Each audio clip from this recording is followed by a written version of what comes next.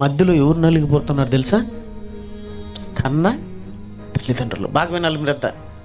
వీళ్ళిద్దరు కొట్టుకుని చచ్చిన తర్వాత మధ్యలో నలిగింది ఎవరో తెలుసా? తల్లిదండ్రులు అండి. తండ్రి గొడోమని ఏడుస్తున్నాడు. ఒక్కొక్కడు వచ్చినాడు, ఒక్కొక్కడు వచ్చేది ఛా ఎట్ట కన్నెవరు ఇన్ని, ఏమి గర్భంరా నీ గర్భం, దరిద్రపు గర్భం కదరా, దరిద్రపు నాయనలు కన్నావు కదరా, పనికి మనల్ని పక్కిరిగాన్ని కన్నావు కదరా, ఛా అనరా అనరా అండి, అనరా? ఎందుకంటారండి? ఎట్టటోండి కన్నావమ్మా, ఎట్టటోండి కన్నావురా, అంతకుండా కన్నావు కదరా. అలా అంటున్నప్పుడు ఆ తండ్రికి ఎలా ఉంటుందో చెప్పండి. తలవంపులు తెచ్చే తోబుట్టు బంధాలు.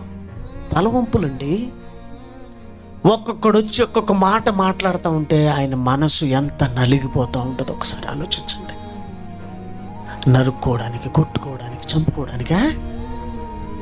నరుక్కోవడానికి, కొట్టుకోవడానికి, చంపుకోవడానికి అండి మనం పిల్లలకి అనేది. వాళ్ళు చక్కగా బాగుపడుతుంటే, చక్కగా ఏమండి ఒకరొకరు కలిసిమెలిసి ఆనందంగా జీవిస్తుంటే చూసి ఆనందిస్తాడండి తల్లి తండ్రి. చూసి ఆనందిస్తారు. ఈరోజు ఒకరంటే ఒకరికి ప్రేమలు ఉన్నాయా? ఒకరంటే ఒకరికి అభిమానాలు ఉన్నాయా?